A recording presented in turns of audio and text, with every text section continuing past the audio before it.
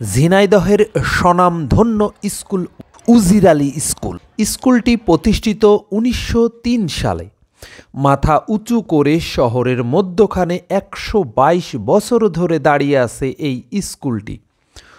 তথ্য অনুসন্ধানে যতটুকু জানা যায়, উজির আলী একজন দানবীর লোকের নাম।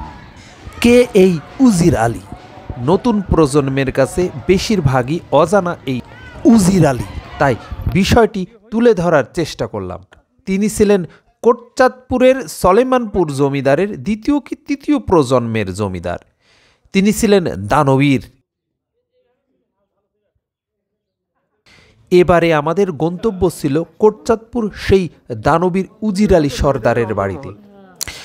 জমিদার বাড়ির সামনে আমরা শুধু কাচারি ঘরটি দেখতে পাই। জমিদারের কাচারি ঘর পার হয়ে আমরা মূল ঘরে প্রবেশ করছি। দেখার পর আমরা বলতে থাকি, জমিদার খুব ছোট জমিদার ছিল, কারণ তার বাসভবন নাই। আমাদের অনুসন্ধানের বাইরে ছিল কাচারি ঘরের পিছনে বিশাল দোতলা ভবনটি। ওই ভবনেরই পিছনে তার শরিকরা এখনও বসবাস করে।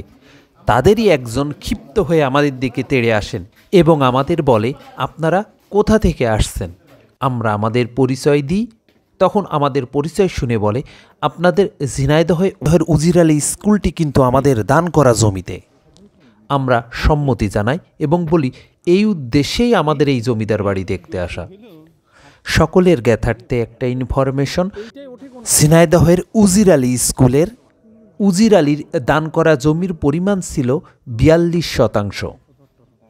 আবার দেখা হবে কোনো এক অজানা তথ্য নিয়ে। আর সেই পর্যন্ত সকলের মঙ্গল কামনায় আল্লাহ হাফেজ।